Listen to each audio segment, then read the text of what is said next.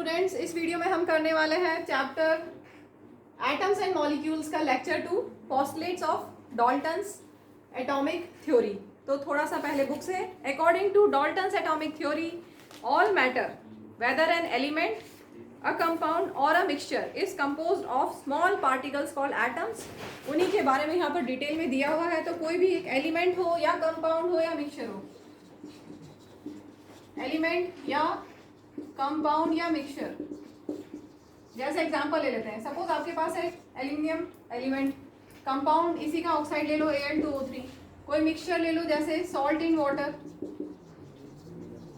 तो ये भी मैटर है, ये भी मैटर, ये भी मैटर, ठीक है। और इनमें क्या है, ये किससे बने हुए हैं, ये एटम से बने हुए हैं, ठीक है। These are made up of atoms, elements, compounds and mixtures all are made up of atoms, ठीक है। तो अब इनके पोस्टुलेट्स क्या है देखते हैं। फर्स्ट पोस्टुलेट है all matter is made up of very tiny particles called atoms. तो क्लियर हो गया, मैटर में कुछ भी आ जाए, चाहे एलिमेंट हो, चाहे कंपाउंड हो या मिक्सचर हो, उन सभी में क्या होता है, very tiny particles called atoms, सभी में होते हैं। चाहे एक एलिमेंट ले लो, एल्यूमिनियम एलिमेंट, इसमें बहुत सारे एटम्स होंगे, मिलियंस ऑफ एटम्स होंगे। कोई कंपाउंड ले लोगे, इसमें भी टाइनी पार्टिकल्स एटम्स होंगे, या हम बोल सकते हो कि ये जो मैटर है that is made up of tiny particles called atoms. Next postulate, atoms are indivisible particles. Atoms को आप फर्दर डिवाइड नहीं कर सकते, ये बाद में रॉन्ग प्रूव हुआ, ठीक है। लेकिन इन्होंने जो दिया पॉइंट है, इन्होंने जो पोस्टुलेट दिया, ये तो आपको करना पड़ेगा, बाकी आगे जाके ये रॉन्ग प्रूव हो गया था। इन्होंने दिया कि atoms are indivisible particles, means आप उनको फर्दर डिवाइड नहीं कर सकते हो, which can not be created or destroyed in a chemical reaction. ये ठीक बात है, एटम्स को हम ना क्रिएट कर सकते हैं ना डिस्ट्रॉय कर सकते हैं। कोई भी केमिकल रिएक्शन आप ले लो, तो उसमें जितने एटम्स रिएक्टेंट्स में है उतने ही एटम्स प्रोडक्ट में होंगे। हम उनको ना बना सकते हैं, ना हम क्रिएट कर सकते हैं, ना हम डिस्ट्रॉय कर सकते हैं, ठीक है। तो ये तो ट्रू है, ये पार्ट ट्रू है, लेकिन इंडिविजिबल पार्टिकल्स ये पार्ट फॉल्स है, गलत आगे प्रूव हो गया, ये ड्रॉबैक में उनके आता है। लेकिन उन्होंने जो पोस्टुलेट दिया ये आपको लर्न करना पड़ेगा। तो क्लियर हो गया क्या पोस्टुलेट है, एटम्स इंडिविजिबल हैं और हम उनको ना क्रिएट कर सकते हैं ना डिस्ट्रॉय कर सकते हैं केमिकल रिएक्शन में। Next postulate, atoms of given element are identical in mass and chemical properties. तो कोई एक एलिमेंट हमने ले लिया एल्यूमिनियम, इसके जितने भी एटम्स होंगे, जितने भी एटम्स, सारे एटम्स, इसके जितने भी एटम्स हैं वो सब कैसे हैं, identical in mass.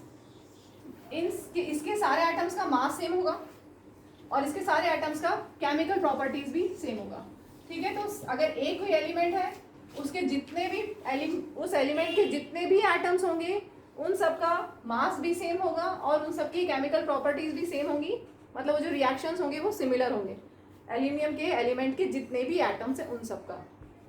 Next, atoms of different elements. तो चलो एक और एलिमेंट ले लेते हैं, सपोज कॉपर हमने ले लिया, कोई भी एक एलिमेंट ले लें समझने के लिए। अब इसके एटम्स और इसके एटम्स को अगर आप देखोगे तो इनका क्या क्या डिफरेंट है, इनके मासेस डिफरेंट है और इनकी केमिकल प्रॉपर्टीज भी डिफरेंट है, ठीक है। अगर आपके पास दो एलिमेंट्स हैं, एल्यूमिनियम और कॉपर, कोई भी दो एलिमेंट्स ले लीजिए कंपेयर करने के लिए, तो इनके एटम्स, बहुत सारे एटम्स ऑफ एल्यूमिनियम, या चलो एक एटम ऑफ एल्यूमिनियम लिया और एक एटम ऑफ कॉपर लिया, तो इनमें इनका मास दोनों का डिफरेंट होगा और इनकी केमिकल प्रॉपर्टीज भी डिफरेंट होगी, ठीक है। क्लियर हो गया, atoms of different elements have different masses and different chemical properties. अगर सेम एलिमेंट होता तो सेम मास होता, सेम केमिकल प्रॉपर्टी होती। अगर डिफरेंट एलिमेंट है तो उनके मास भी डिफरेंट होंगे और उनकी केमिकल प्रॉपर्टीज भी डिफरेंट होंगी। Next, atoms combine in the ratio of small whole numbers to form compounds. जैसे ये आप देख लीजिए, एटम कंबाइन हुआ in small whole numbers, whole number मतलब 0, 1, 2, 3, 4, फ्रैक्शन में नहीं होगा, डेसिमल में नहीं होगा। Al2O3, एल्यूमिनियम के 2 एटम्स कंबाइन हुए 3 atoms of oxygen to form aluminium oxide. ऐसा नहीं होगा कभी भी कि Al 0.5, O 3.8, कुछ भी ले लो, या Al 1/2 और O 2/3, इस तरह से कंबाइन नहीं होंगे, होल नंबर में कंबाइन होंगे। Atoms combine in the ratio of small whole numbers. Clear हुआ, 2:3 रेशियो में कंबाइन हो रहा है यहाँ पर, ठीक है, 2:3 रेशियो में कंबाइन हो रहा है। क्लियर हुआ, कभी भी वो फ्रैक्शन में या डेसिमल में कंबाइन नहीं होंगे। कैसे कंबाइन होंगे, स्मॉल होल नंबर्स की फॉर्म में कंबाइन होंगे, ठीक है। Atoms combine in the ratio, clear हो गया, in the ratio of small whole numbers, जिससे कंपाउंड बनेंगे। ऐसे ही अगर आप ले लो H2O water, 2 atoms of hydrogen and 1 atom of oxygen ही कंबाइन हुए हैं, 2:1 रेशियो में कंबाइन हुए हैं। कभी भी ऐसा नहीं होगा कि H 0.5 या H कुछ और ले लें 2.5 और O 1.5, ऐसा कभी नहीं होगा, ठीक है, होल नंबर्स में ही कंबाइन होंगे। Last postulate, the relative number and kinds of atoms are constant in a given compound. Relative number of atoms जैसे Al2O3 है, एल्यूमिनियम ऑक्साइड, इसमें कितने नंबर ऑफ एटम्स है एल्यूमिनियम के? 2 एटम्स, और ऑक्साइड के, ऑक्सीजन के 3 एटम्स। तो कहीं से भी आप एल्यूमिनियम ऑक्साइड लोगे तो हमेशा 2 atoms of aluminium and 3 atoms of oxygen will combine.